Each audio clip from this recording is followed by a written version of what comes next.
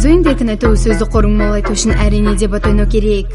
Тақырыпты эркин ашып, маалиметтер астаспай келтирүүгө жетүү керек. Дебат ойноо талантыңды ашады, катышуучулар 100ден асады. Кызыксаң бул оюнга катыс, болады кызуу тартыс. Үздүктөр катышады, мыктылар сайысады.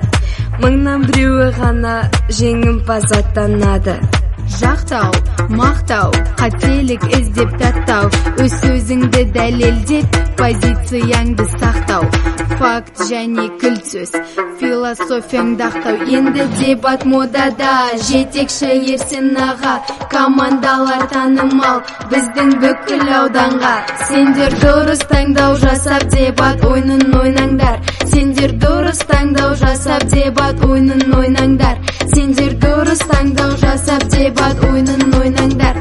Сендер дұрыс таңдау жасап, дебат ойынын ойнаңдар. Дебат ойнауды білсең болды, жол табасың түрлі қиындықтан.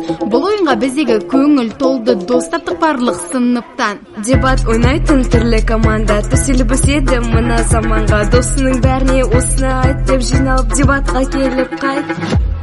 Дебатқа кел, бәрің бірден, қалай ойнаудың бәрін үйрен. Найзағай тобы, біздің атымыз, дебатқа бәріңіз қатысыңыз. Ешқашанда ұмытпа, дебат тигізер пайда. Сөзді қорың көбейет, ұшқыр болат ойында. Сендер дұрыс таңдау жасап, дебат ойынын ойнаңдар. Сендер дұрыс таңдау жасап, дебат ойынын ойнаңдар.